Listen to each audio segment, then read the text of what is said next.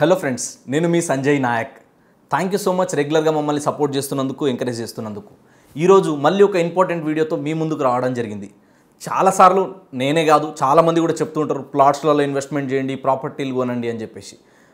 But ఈరోజు మీకు property కొనే ముందు ఈ ప్లాట్స్ యొక్క డెఫినేషన్ ఏందన్నది చెప్తాను మీకు. అండ్ ఈ ప్లాట్స్ అనే డెఫినేషన్లోనే ఉంది మనం ప్లాట్లో ఇన్వెస్ట్మెంట్ చేసే ముందు ఏమేమి చూడాలి, సో ఎక్కడ మనం ఇన్వెస్ట్మెంట్ చేయాలి, ఇదంతా కూడా చాలా క్లియర్గా ఈ ప్లాట్స్ అనే దాంట్లోనే మనకి క్లియర్గా అర్థమవుతుంది. సో దీని ఆబ్రివేషన్ అనొచ్చు మనం, సో దీని ఫుల్ ఫామ్ అనొచ్చు. సో దీంట్లోనే మనం ఒకసారి చూద్దాం. సో ఫస్ట్ వెరీ ఇంపార్టెంట్ ఏంటంటే, ఎక్కడైనా మనం ప్రాపర్టీ మీద ఇన్వెస్ట్మెంట్ చేసేటప్పుడు చూడాల్సింది ఏంటంటే పి అనమాట. సో ఈ పి ఏంటంటే price and purpose. First very important. చాలామంది ఏంటంటే ప్రైస్ అంటే మనం ఎంత ప్రైస్ పెడుతున్నాం అన్నది వెరీ వెరీ ఇంపార్టెంట్. ఎంత ప్రైస్లో మనం కొనాలనుకుంటున్నాం అన్నది very very important. So price తర్వాత పర్పస్ కూడా చాలా ఇంపార్టెంట్.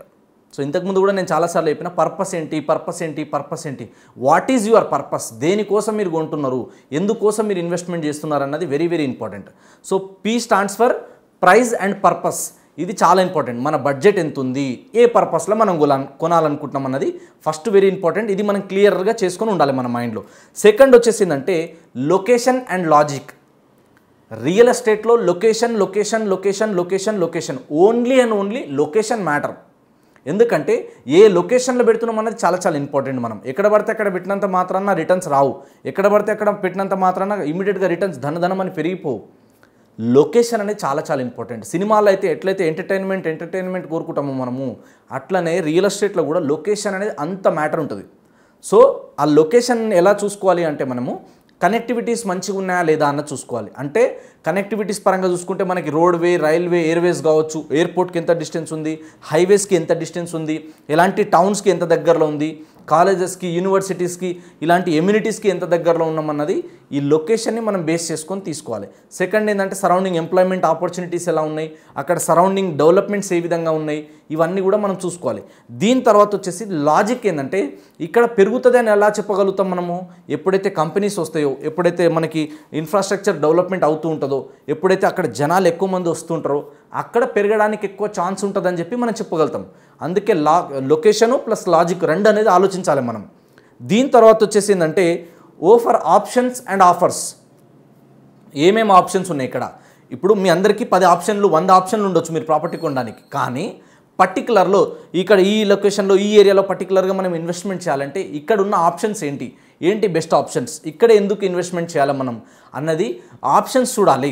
కంపేర్ టు అంటే వేరే హైవేలతో పోల్చుకుంటే, వేరే లొకేషన్స్తో పోల్చుకుంటే ఇక్కడ ఏం బెస్ట్ ఆప్షన్స్ ఉన్నాయి, నాకు ఇక్కడ ఇన్వెస్ట్మెంట్ చేస్తే ఫ్యూచర్లో రిటర్న్ రావడానికి స్కోప్ ఎందుకు ఎక్కువ ఉంది.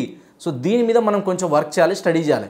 ఇవన్నీ మీకు తెలియకపోతే మాలాంటి వాళ్ళని నన్ను కన్సల్ట్ అవ్వండి, ఒక బ్రదర్ లాగా సర్వీస్ ఇచ్చి సపోర్ట్ చేయడానికి ఎప్పుడు నేను రెడీగా ఉన్నాను. సో ఆప్షన్స్ మనం వెరీ వెరీ ఇంపార్టెంట్. తర్వాత వచ్చేసి ఆఫర్స్ ఏమున్నాయి, ఎక్కడైనా మనం ప్రాజెక్ట్లో ఇన్వెస్ట్మెంట్ చేసేటప్పుడు, సో మనం ఇప్పుడు ఇన్వెస్ట్మెంట్ చేస్తే మనకి ఏం ఆఫర్స్ ఉన్నాయి, ఎలాంటి బెనిఫిట్స్ ఉన్నాయి, సో మనకి ఈ బెనిఫిట్స్ ఎంత టైం వరకు ఉంటుంది, లేదా ఈ బెనిఫిట్స్ ఏమేమి ఉన్నాయి మనకి ఇప్పుడు ఎలక్షన్కి ముందు కానీ, లేదా ఏదైనా ఫెస్టివల్ టైమ్స్లో కానీ, లేదా మార్కెట్ కొంచెం డల్ ఉన్నప్పుడు కానీ, లేదా మార్కెట్ మంచి పీక్స్లో ఉన్నప్పుడు కూడా కొన్ని మనకి గిఫ్ట్స్ ఆఫర్ చేస్తారు, కొన్ని పర్ స్క్వేర్ యార్డ్ ఇంత అమౌంట్ అని డిస్కౌంట్ ఆఫర్స్, ఇలాంటివి మనకి చాలా చెప్తూ ఉంటారు.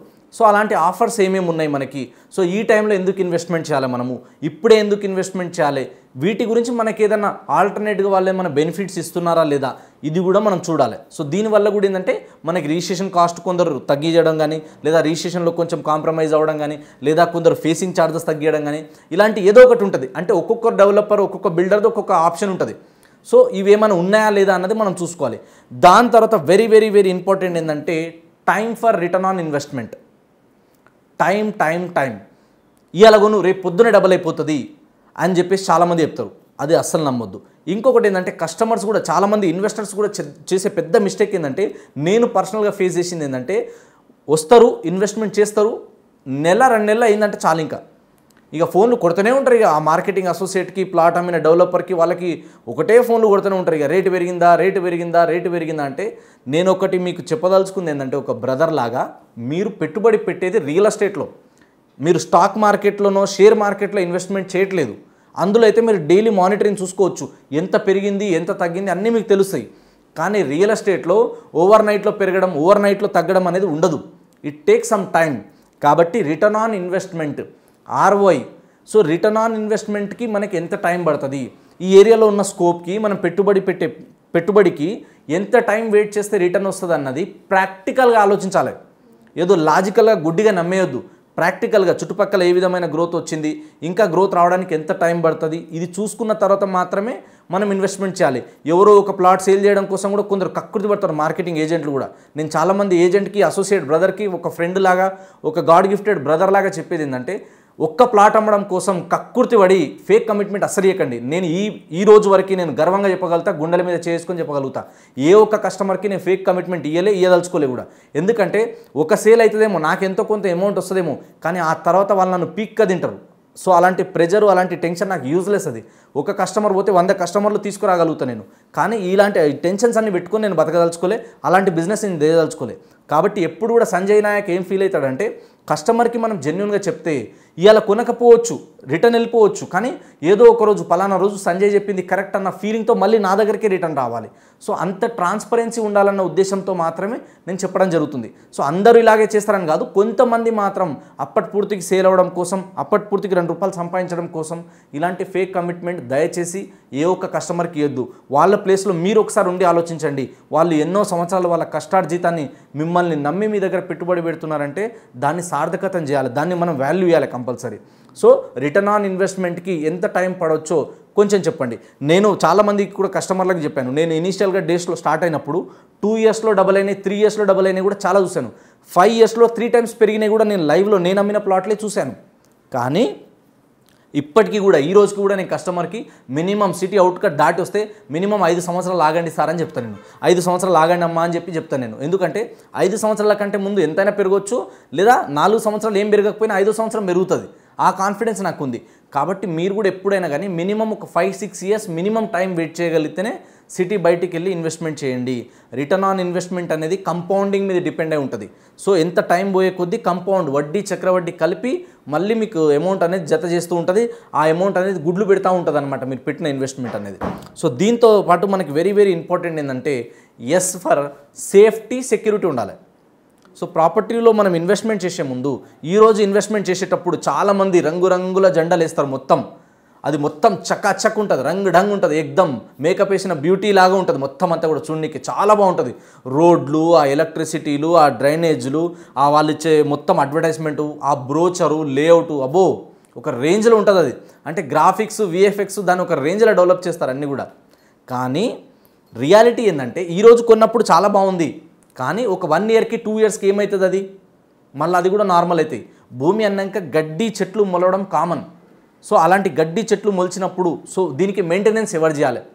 అండ్ ఇక్కడ కొంటే సేఫ్టీ, సెక్యూరిటీ ఎంతవరకు ఉంది మనకి అంటే, అక్కడ మన సెక్యూరిటీ గార్డ్ ఉన్నారా, సో మొత్తం ఓవరాల్ కంపౌండ్ వాల్ ఉందా లేదా, సో లేదా ఫెన్సింగ్ అంతా ఉందా లేదా, అక్కడ ఎవరైనా చూసుకునే వాళ్ళు, మానిటర్ చేసే వాళ్ళు ఉన్నారా లేదా, ఒకవేళ వాళ్ళు లేకపోతే మనకు ఆల్టర్నేట్ ఆప్షన్ ఏముంది, మనమే ఎవరికైనా డబ్బులు ఇచ్చి దాన్ని మానిటర్ చేయమని, దాన్ని చూస్తూ ఉండమని, లేదా ప్రీకాస్ట్ వాల్తో కట్టేయడం కానీ, ఏదైనా బేస్మెంట్ లాంటిది వేయడం కానీ, ఇలాంటివన్నీ ఉంటాయన్నమాట. సో ఇవన్నీ కూడా మీరు చూసుకున్న తర్వాత, ఈ పారామీటర్స్ అన్ని చెక్ చేసిన తర్వాత మాత్రమే దయచేసి రియల్ ఎస్టేట్లో ఇన్వెస్ట్మెంట్ చేయండి. ఏదో మనం వాళ్ళు చెప్తున్నారు కదా, వీళ్ళు చెప్తున్నారు కదా అని చెప్పేసి మనం తొందరపడిపోవద్దు. అండ్ మీరు ఇన్వెస్ట్మెంట్ చేసేటప్పుడు అన్ని రకాలుగా క్లియర్ ఉన్నాయా లేదా, ఇప్పుడు నేను చెప్పిన ఈ ఫార్మాట్లో ఉన్నాయా లేదా, ఇవన్నీ సేఫ్ ఉన్నాయి, ఇక్కడ ఇన్వెస్ట్మెంట్ చేస్తే రిటర్న్ వస్తుంది అని మీరు ఫీల్ అయితే ఖచ్చితంగా అక్కడ పెట్టుబడి పెట్టండి. ఒక 5 నుంచి 10 సంవత్సరాలు వెయిట్ చేయండి. ఒక 5 నుంచి మీరు 10 సంవత్సరాలు వెయిట్ చేయగలిగితే రానున్న రోజులలో ఇన్ఫ్రాస్ట్రక్చర్ అద్భుతంగా డెవలప్ కాబోతుంది. వేరే వేరే స్టేట్స్ నుంచి మైగ్రేషన్ అద్భుతంగా హైదరాబాద్ సరౌండింగ్ రాబోతుంది. అండ్ హైదరాబాద్ నుంచి 100 కిలోమీటర్ రేడియస్లో మీరు కళ్ళు మూసుకొని గుడ్డిగా పెట్టుబడి పెట్టినా 10 సంవత్సరాల్లో రిటర్న్ రావడానికి ఆస్కారం ఉంది. కొన్ని ప్రైమ్ లొకేషన్స్, ప్రైమ్ హైవేస్ ఉన్నాయి, వాటి గురించి నెక్స్ట్ వీడియోలో మాట్లాడదాం. అక్కడ కూడా మీరు ఇన్వెస్ట్మెంట్ చేస్తే అద్భుతమైన రిటర్న్ తీసుకోవచ్చు. సో రియల్ ఎస్టేట్లో పెట్టుబడి పెట్టండి. మీ పిల్లలకి ఒక వారసత్వంగా ఆస్తులను పంచండి, అప్పులను పంచకండి. సో ఆస్తులను పంచండి. సో అలాంటి ఆస్తులను ఎక్కడ పంచితే బాగుంటుంది, ఎలాంటి లొకేషన్లో తీసుకుంటే బాగుంటుంది, ఇంకా రియల్ ఎస్టేట్ రిలేటెడ్ మీరు మార్కెటింగ్ టీంలో ఉన్న వాళ్ళు కావచ్చు, ఇన్వెస్ట్మెంట్ చేసే ఇన్వెస్టర్, కస్టమర్స్, బయర్స్ ఎవరైనా కావచ్చు, ఎనీ టైం మీకు ఏ డౌట్ ఉన్నా రియల్ ఎస్టేట్లో ఈ బ్రదర్ సంజయ్ నాయక్ అవైలబుల్ ఉంటారు. కాల్ చేయొచ్చు, లేదా మమ్మల్ని కన్సల్ట్ అవ్వచ్చు త్రూ సోషల్ మీడియాస్ నుంచి కూడా. ఎక్కడైనా సరే మీరు సంజయ్ నాయక్ అని సెర్చ్ చేస్తే ఎనీ సోషల్ మీడియా నా కాంటాక్ట్ నెంబర్ వస్తుంది. 9502682042 అనే నెంబర్ కాల్ చేయండి. Sanjay Nayak signing off. Thank you so much.